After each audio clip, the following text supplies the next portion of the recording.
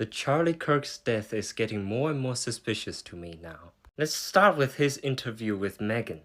In this video, he complained to the audience that he can't criticize the Israeli government.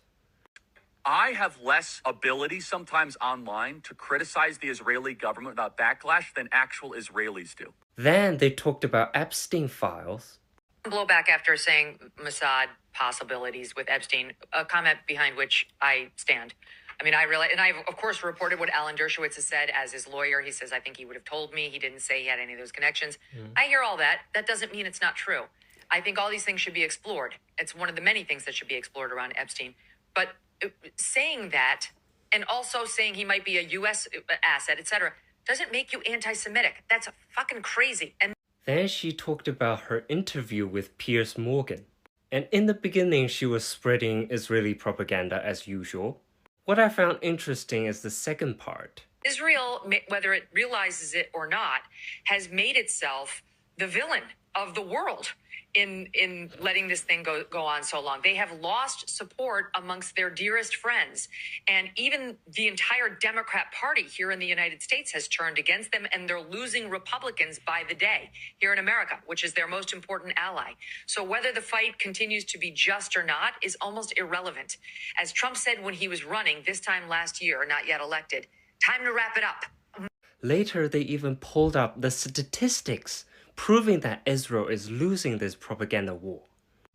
And look, I mean, I pulled the stats. Support for Israel's military action in Gaza by party ID. GOP in June of 2024, 76%. Now, 71, so they lost 5%. Dems in October of 2023, 36%. Now it's at 8. Independents, October 2023, it was 47%. Now it's 25%. You go under 35, you have almost zero support across the United States, your closest ally. I see what's happening, and it's my job to comment honestly on it.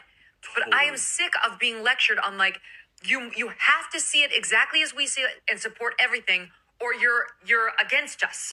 And I found Charlie Kirk's answer on that very interesting, especially his last sentence. The thing that I think is being lost is, like, on some part of the population, you can scold them into silence, right?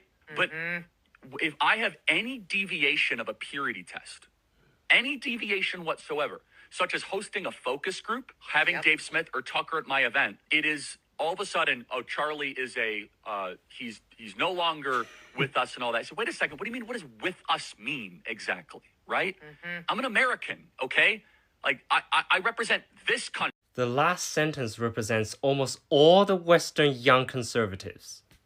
Like, we saw a huge number of conservative influencers online turned against Israel because many conservatives are finding out that Israel does not align with the interests of the United States.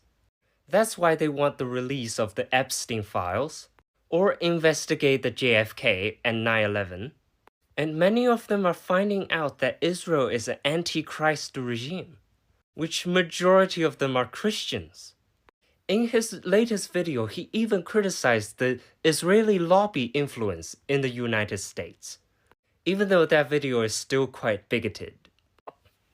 And Jewish donors, they have a lot of explaining to do, a lot of decoupling to do, because Jewish donors have been the number one funding mechanism of radical, open border, neoliberal, quasi-Marxist policies, cultural institutions, and nonprofits.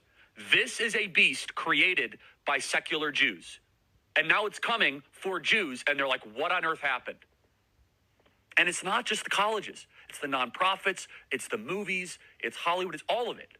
Now, going back to Harrison Smith, I don't know.